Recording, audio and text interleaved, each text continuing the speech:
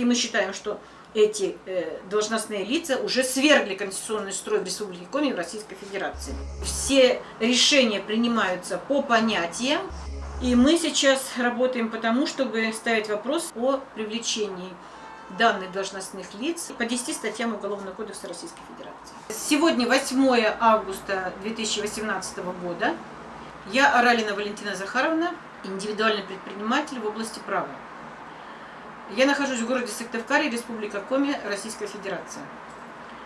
В июле месяце ко мне обратился инвалид, пенсионер Баев Владимир Анатольевич с жалобой на действия УФСБ Российской Федерации по Республике Коми и Следственного отдела Следственного комитета Следственного управления по Республике Коми Российской Федерации. В отношении него 5 июня 2018 года было возбуждено уголовное дело по обвинению в совершении преступления, предусмотренного статьей частью 1 статьи 282 Уголовного кодекса Российской Федерации. Сообщение о преступлении поступило в Следственный отдел по городу Сыктывкару 17.05.2018 года.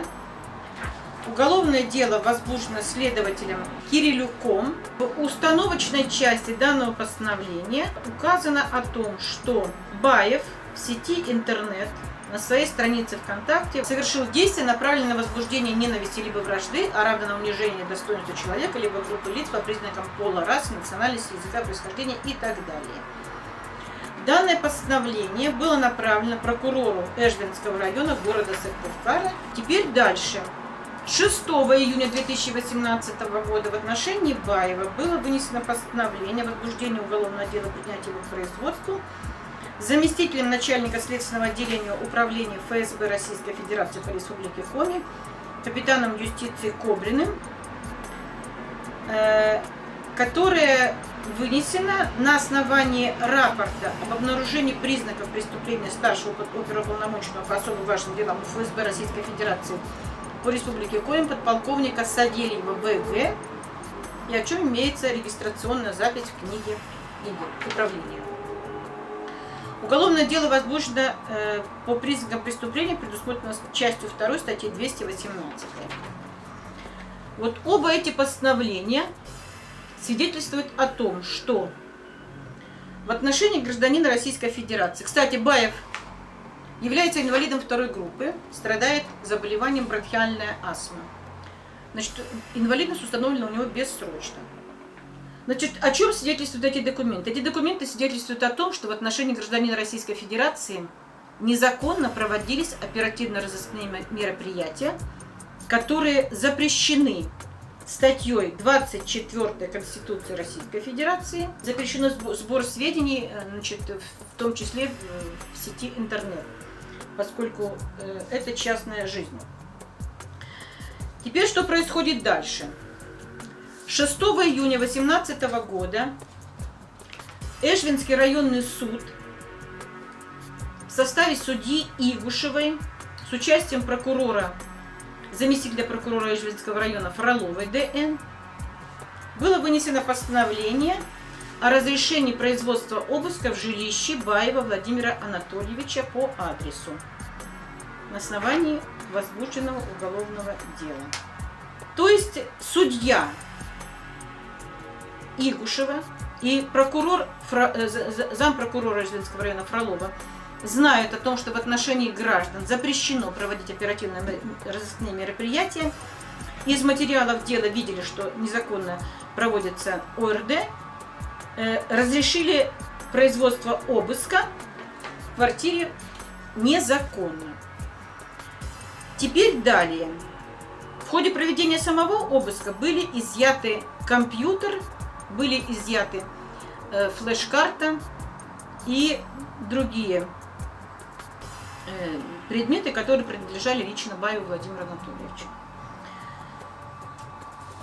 Теперь что происходит дальше? Вот сегодня у нас уже август месяц. Данное постановление от 6 июня УФСБ о возбуждении уголовного дела было направлено прокурору Республики Коми Божутову. Постановление о возбуждении уголовного дела от 5-го было направлено прокурору Эжвинского района И до сегодняшнего дня эти постановления не отменены, что говорит о том, что прокуратура города Эжвинского района и прокурор Республики Коми-Божутов согласны с тем, что в отношении гражданина Российской Федерации незаконно проводятся оперативно-розыскные мероприятия без его согласия в нарушении закона оперативно-розыскной деятельности и без решения суда. Значит, закон об оперативно-розыскной деятельности абсолютно четко предусматривает обязанность органов, осуществляющих оперативно-розыскную деятельность, производить данные действия в отношении гражданина только с его согласия и только на основании судебного решения. И заместитель следственного управления, следователь следственного управления, и следователь следственного отделения управления ФСБ Российской Федерации, и прокурор Республики Коми, прокурор Эжвинского района, заместитель прокурора Эжвинского района Фролова, судья Ибушева. Это все юристы с высшим образованием, которые прекрасно знают о запрете на проведение оперативно-розыскных мероприятий, тем не менее они все равно это делают.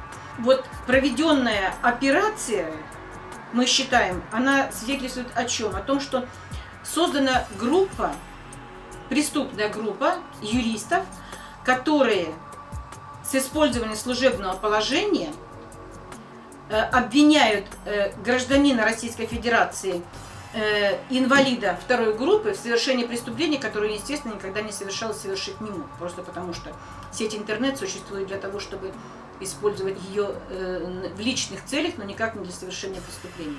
И мы сейчас работаем по тому, чтобы ставить вопрос перед Генеральной прокуратурой, перед Следственным комитетом Российской Федерации о привлечении данных должностных лиц по 10 статьям Уголовного кодекса Российской Федерации.